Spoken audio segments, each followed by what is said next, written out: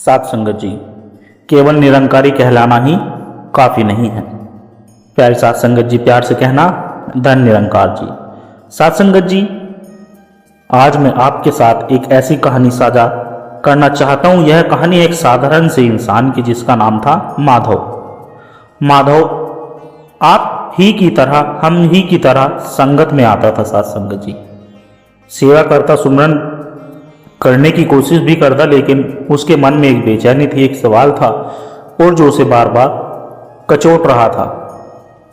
वह अक्सर सतगुरु की तस्वीर के आगे बैठकर सोचता कि हे दातार, मैं साथ संगत में आता हूँ, सत्संग में आता हूँ, मैं सेवा भी करता हूँ, मैं तू ही निरंकार भी कहता हूँ, पर क्या मैं सच में एक भक्त बन पाया हूँ? क्या मेरे अंदर वह बात है जो एक गुरसिक में होनी चाहिए? मैं कैसे जानूं, कैसे परखूं खुद को? साथ संगत जी, क्या यह सवाल कभी आपके मन में नहीं उठता? हम सब इस राह पर चल तो रहे हैं, पर क्या हम सही दिशा में चल रहे हैं? साथ संगत, क्या हमारी चाल में वह रवानगी है जो मंजिल तक ले जाए? तो आज माधव की कहानी के जरिए हम सब अपने भीतर झांकने की कोशिश करेंगे। साथ संगत जी, हम उन गुणों की बात करेंगे जो एक व्यक्ति की असली पहचान होते हैं।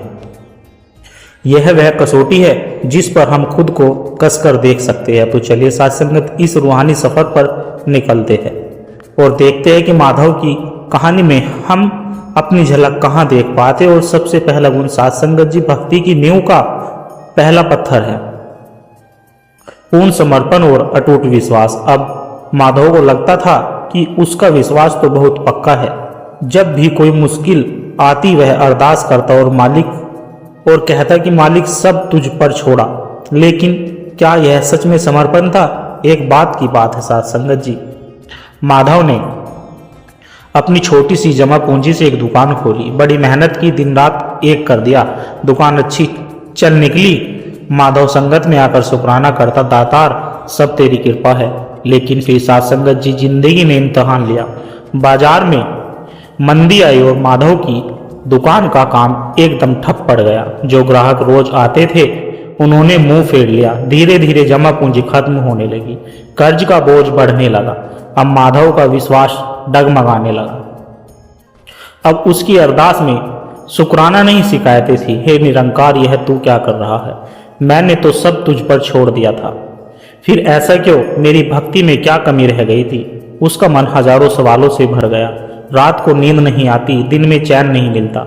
एक शाम वो ऐसे ही परेशान बैठा था, तभी उसकी नजर पड़ोस के एक घर पर पड़ी। वहां एक छोटा सा बच्चा अपने पिता के साथ खेल रहा था। पिता ने बच्चे को हवा में उछाला। बच्चा डरने या रोने की बजाय जोर जोर से खिलखिला रहा था। पिता ने उससे फिर उछाला, वो फिर हंसा। माधव हैरान था। उसने बच्चे के पिता से पूछा, भाई साहब, आपको डर नहीं लगता कहीं बच्चा गिर गया तो? वो पिता मुस्कुराया साथ संगत जी और बोला, माधव जी, डर इसे क्यों लगेगा? इसे पता है कि मैं इसे उछाल जरूर रहा हूं, पर गिरने नहीं दूंगा। इसे मुझ पर अटूट विश्वास है। साथ संगत जी, उस पिता की यह बात माधव के दिल में तीर की तरह लगी।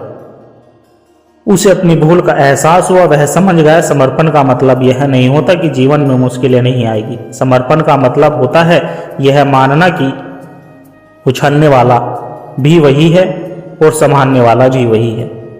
तूफान तो आएंगे, लेकिन मेरे सतगुरु, मेरा निरंकार मुझ उस तूफान में डूबने नहीं देगा। उसका हाथ मैंने नहीं, उसने मेरा हाथ पकड़ कर रखा है।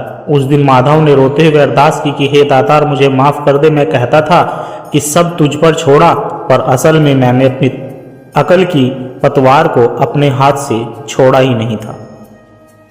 आज मैं सच में सब कुछ तेरे चरणों में रखता हूं। अब चाहे तू उछाल या संभाल ले, मुझे बस तेरी रजा में राजी रहना सिखा दे।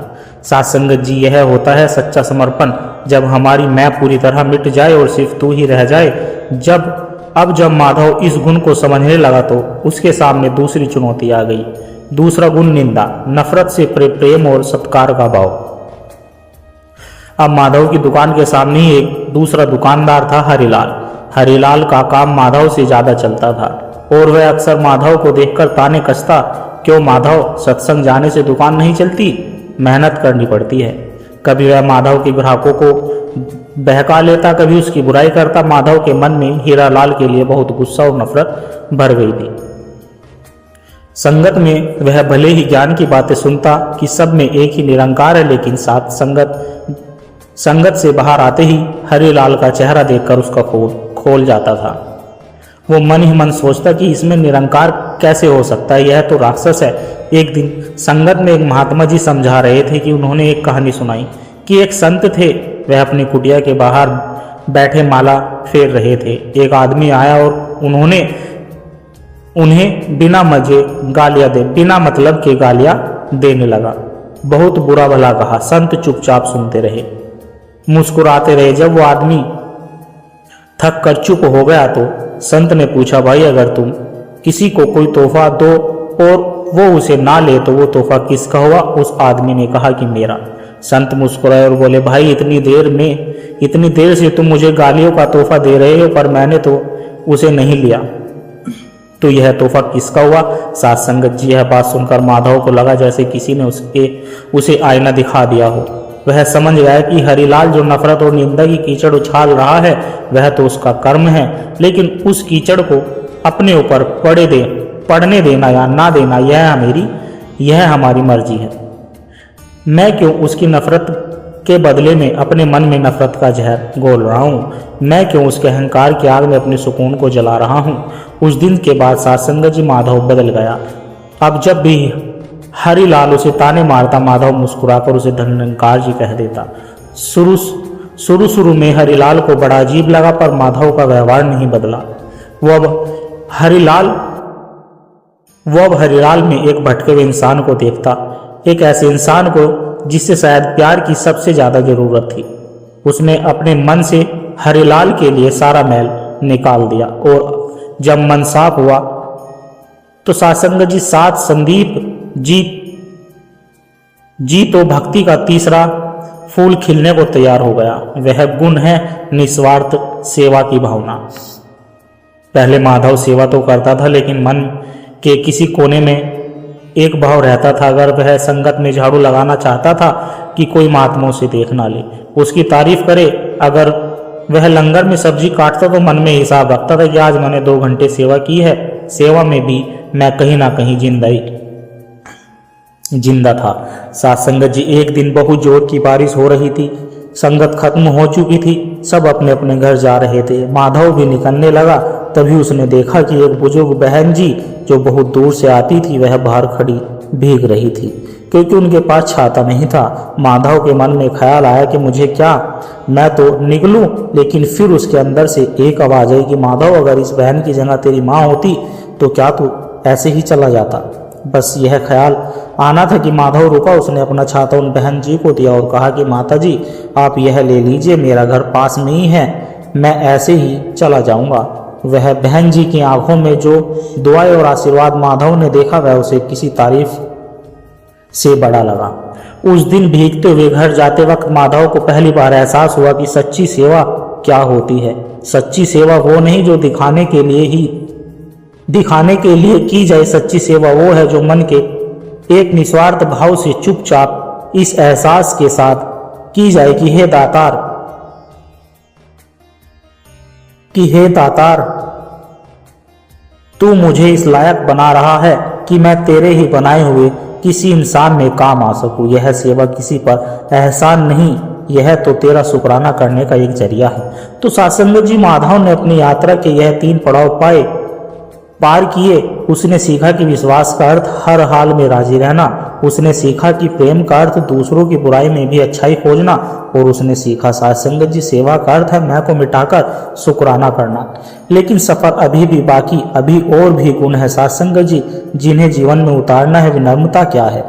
मन, वचन और कर्म की एकता कैसे साधती है? और भी है सासंगत जी। इन सवालों के जवाब भी माधव को मिलेंगे और हम भी उसके साथ साथ इस यात्रा को आगे बढ़ाएंगे सासंगत जी। अब फिर से कहानी में आते हैं। माधव को लगने लगा था कि अब तो वह भक्ति के मार्ग को समझ गया है, लेकिन सासंगत जी, यह रूहानियत का रास्ता बड़ा ही निराला है। यहाँ जब हमें लगता है कि हम कुछ सीख गए हैं, सतगुरु एक नए पाठ, एक नया आईना हमारे सामने रख देते हैं। माधव की दुकान अब धीरे धीरे फिर से पटरी पर आने लगी थी। उसके मन में शांति थी। संगत में भी अब लोग उसे जानने लगे थे, उसकी इज्जत करने लगे थे। और यहीं से सात संगत जी एक बहुत ही मीठे जहर ने, एक बहुत ही महीन चोर ने उसके मन में घुसने की कोशिश की। उस चोर का नाम था अहंकार। और यहीं से शुरू होता है हमारे चौथे गुण का पाठ, विनम्रता और निर्हंकारिता। अब माधव जब संगत में जाता तो उसके मन के दबे पांव यह ख्याल आता कि देखो सब मुझे कितना मानते हैं, मैं कितनी अच्छी सेवा करता हूँ, मेरा विश्वास कितना पक्का है। अगर कोई नया संत संगत में आता तो माधव को न पहचानता तो उसे थोड़ा बुरा लग जाता था। सेवा करते हुए भी अब उसकी नजरें तारीफ ढूंढने लगी थी। उसे पता भी नहीं चला कि मैं फिर से सिर उठाने लगी। एक दिन संगत के बाद लंगर की सेवा चल रही थी। माधव पूरियां बना रहा था, बड़े ही गर्व से सबको देख रहा था, मानो सबसे बड़ी सेवा वही कर रहा हो। तभी एक बुजुर्ग संत जो हमेशा चुपचाप कोने में बैठकर सिमरन करते थे, माधव उनके पास आए। उन्होंने माधव के हाथ से बेलन लिया और खुद पूरियां बेलने लगे। उनकी उम्र बहुत ज्यादा थी, हाथ कांप रहे थे, लेकिन चेहरे पर एक अद्भुत नूर और शांति थी। माधव को थोड़ा अजीब लगा। उसने बोला, महात्मा जी आप रहने दीजिए, मैं कर रहा हूं ना। बुजुर्ग संत मुस्कुराए। सात संगत जी उन्होंने एक पकी हुई पूरी उठाई और माधव को दिखाते हुए बोले, बेटा यह पूरी जब तक कच्ची थी आटे की तरह फैली हुई थी, अकड़ी हुई थी, लेकिन जैसे ही यह आग में तपी यह फूल भी गई और नरम भी हो गई। क्या भी नरम भी हो गई। इंसान का भी ऐसा ही हाल है। जब तक उस पर ज्ञान की सेवा की आग की ताप नहीं लगती वह अकड़ में अकड़ी रहती है, लेकिन जो सच में तप जाता है वह अंदर से गुणों से फूल जाता है, बाहर से उतना ही नरम उतना ही विनम्र हो जाता है। सत्संग जी छोटी सी बात माधव के अहंकार पर चोट कर गई। उसे समझ आया कि असली भक्ति वो नहीं जो अपनी भक्ति का ढिंढोरा पीटे। असली भक्ति तो उस फल से लदी हुई डाली की तरह होती है जो सबसे ज्यादा झुकी हुई होती है। सत्संग जी वह जानता है कि करने वाला तू, कराने वाला तू, मैं तो कुछ भी नहीं। यह मान, यह सम्मान, यह सेवा सब तेरी ही बख्शीश है, इसमें मेरा क्या है। उस दिन सत्संग जी माधव ने सीखा कि भक्ति का श्रृंगार विनम्रता, और जब इंसान विनम्र हो जाता है सत्संग जी, तब वह पांचवें गुण को साधने की काबिल बनता है, जो है मन, वचन और कर्म में एकता। माधव ने देखा कि संगत में कई बड़े ज्ञान की बातें करते हैं, कई लोग बड़े ज्ञान की बातें करते हैं, सब निरंकार का रूप है, हमें किसी का दिल नहीं दुखाना चाहिए, लेकिन वही लोग संगत के बाहर छोटी छोटी बातों पर एक दूसरे से लड़ पड़ते हैं, व्यवहार में झूठ बोलते हैं, घर में ऊंची आवाज में बात करते हैं। उनकी कथनी और करनी में जमीन आसमान का फर्क था। सत्संगत जी माधव को डर लगा। उसने अपने अंदर झांका, क्या मैं भी ऐसा ही हूं? उसने पाया कि हाँ, कई बार वह भी मन में किसी के लिए बुरा सोचता था, पर मुंह पर मीठा बनता था। वह वचन देता था कि रोज सुमरन करूंगा, पर कर्म में आलस कर जाता था। उसने तय किया कि अब वह इन दोहरेपन को खत्म करेगा। यह साधना बहुत मुश्किल थी। कई बार मन फिसलता, जुबान झूठ बोल जाती, कर्म भटक जाते, लेकिन उसने हिम्मत नहीं हारी। सत्संगत अब वह बोलने से पहले सोचने लगा कि क्या जो मैं बोल रहा हूँ वह मेरे मन के भाव से मेल खाता है, क्या मैं जो कर रहा हूँ वह मेरे बोले हुए वचनों की राज रखेगा। धीरे धीरे सत्संगत जी उसके जीवन में एक पारदर्शिता, एक सच्चाई आने लगी। उसका जीवन एक खुली किताब की तरह होने लगा, और जब जीवन में सच्चाई आती है तो छठा गुण अपने आप प्रकट हो जाता है, क्षमा का भाव। अब कहानी में वापस हीरालाल की तरफ चलते हैं। वही दुकानदार जो माधव से जलता था, एक दिन हरिलाल के साथ बहुत बुरा हुआ। उसकी दुकान में चोरी हो गई और उसका सारा माल चला गया, पूरी तरह टूट चुका था। जो लोग कल तक उसकी तारीफ करते थे आज मुंह फेर कर निकल रहे थे। माधव को जब पता चला तो वह एक पल को उसके मन में शैतानी ख्याल आया, अच्छा हुआ इससे अपने कर्मों का फल मिला। लेकिन सत्संगत जी अगले ही पल उसे अपने इस विचार पर ग्लानि हुई। उसने सोचा, सदगुरु की शिक्षा क्या यही है कि किसी गिरे हुए को देखकर खुश होना? उसका मन उसे कचोटने लगा। सत्संगत वो उठा, अपनी दुकान से कुछ पैसे लिए और कुछ सामान लिया और सीधा हरिलाल के पास पहुंच गया। हरिलाल उसे देखकर चौंक गया। उसे लगा माधव उसका मजाक उड़ाने आया है, लेकिन माधव ने साध संगत जी पैसे और सामान उसके हाथ पर रखते हुए कहा, हरिलाल जी यह रख लीजिए, मुश्किल का वक्त है, एक दूसरे का सहारा ही काम आता है, जब आपके पास हो तब लौटा देना। हरिलाल की आंखों से आंसू बहने लगे। वो माधव के पैरों में गिर पड़ा और बोला, माधव मुझे माफ कर दे, मैंने तेरे साथ हमेशा बुरा किया है और तू मेरी मदद कर रहा है। माधव ने उसे उठाकर गले लगा लिया और बोला, हरिलाल जी माफी क्यों मांगते हो, मैंने तो उस दिन भी आपको माफ किया था जिस दिन मैंने अपने मन से आपके लिए नफरत निकाल दी थी। क्षमा किसी पर एहसान नहीं है, यह तो अपने आप का बोझ हल्का करने का तरीका है। साथ संगत जी, जब मन इतना साफ हो जाता है तो इंसान हर हाल में रहना सीख जाता है और यहीं से 7वां गुण जन्म लेता है। साथ संगत, हर हाल में शुक्राना करना। 8वां गुण निरंतर सुमिरन। अब माधव के लिए केवल एक क्रिया नहीं रही, तू ही निरंकार अब उसकी जुबान पर नहीं, उसकी हर श्वास में बस गया था।